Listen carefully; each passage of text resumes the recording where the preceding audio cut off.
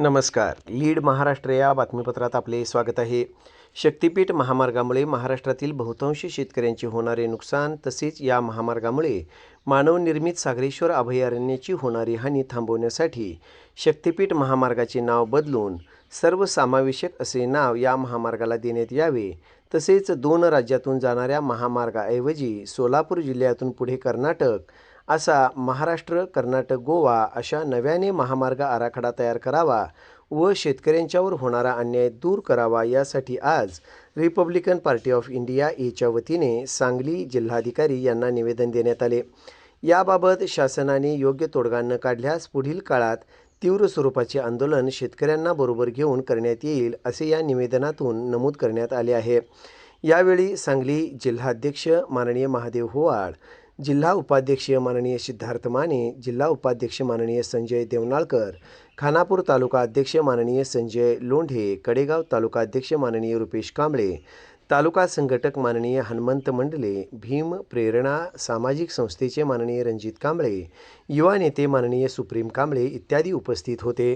Republican party of India याचे राष्ट्रीय अध्यक्ष आणि जितोभाऊ निकाळजे यांच्या आदेशानुसार आज रिपब्लिकन पक्षाचे सर्व शिष्टमंडळाच्या वतीनं सांगलीचे जिल्हाधिकारी यांना आम्ही निवेदन दिलं व त्या निवेदनातून जो आता नवीन आराखडा शक्तिपीठासंदर्भात जो काही तयार झाला आहे त्याच्या बातम्या प्रसारमाध्यमातून या ठिकाणी पाहावयास मिळत आहेत.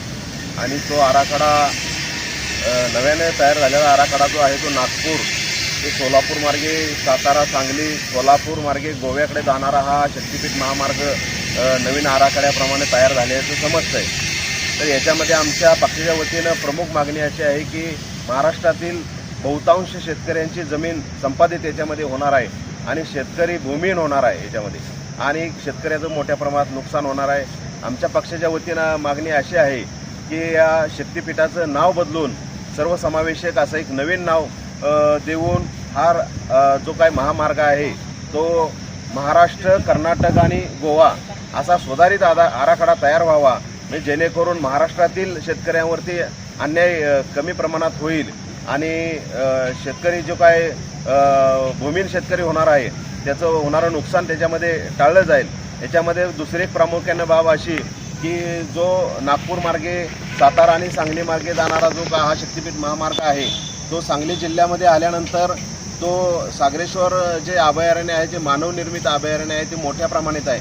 त्या ठिकाणी मोठ्या प्रमाणात पशु पक्षी वेगवेगळ्या प्रकारचे प्राणी त्या ठिकाणी वास्तव्यास आहेत आणि त्याच्यामुळं या दोन्ही डोंगराच्या मधून जाणारा हा महामार्ग असल्यामुळं त्या अभयारण्याची विभागणी त्या ठिकाणी होणार आहे आणि त्याचा परिणाम पर्यावरणावर होईल, त्या प्राणीमात्रावर त्याचा परिणाम होणार आहे आणि ही गंभीर बाब शासनानं लक्षात घेतली पाहिजे. त्यामुळं आमची विनंती आहे की राज्य शासनानं केंद्र शासनाबरोबर याची चर्चा करून हा जो काही महामार्ग आहे तो महामार्ग महाराष्ट्र, कर्नाटक आणि गोवा अशा पद्धतीनं तयार करावा, जेणेकरून शेतकऱ्यावर होण्याला अन्याय, प्राणीमात्रावर आणि जी काही वृक्ष पर्यावरणाचा जो काही ऱ्हास होणार आहे तो याच्यामध्ये कमी प्रमाणात होईल. आणि दुसरी गोष्ट, शेतकऱ्याची जी काही भूमी संपादन होणार आहे ते संपादन होण्याचं प्रमाण कमी होईल, शेतकरी अन्याय होणार नाही. त्यामुळं आमची विनंती आहे शासनाला की या आमच्या मागणीची प्रामुख्याने दखल घ्यावी, अन्यथा भविष्यामध्ये आम्हाला तीव्र स्वरूपाचं आंदोलन करावे लागेल. एवढंच या ठिकाणी सांगतो आणि थांबतो. जय भीम, जय भारत.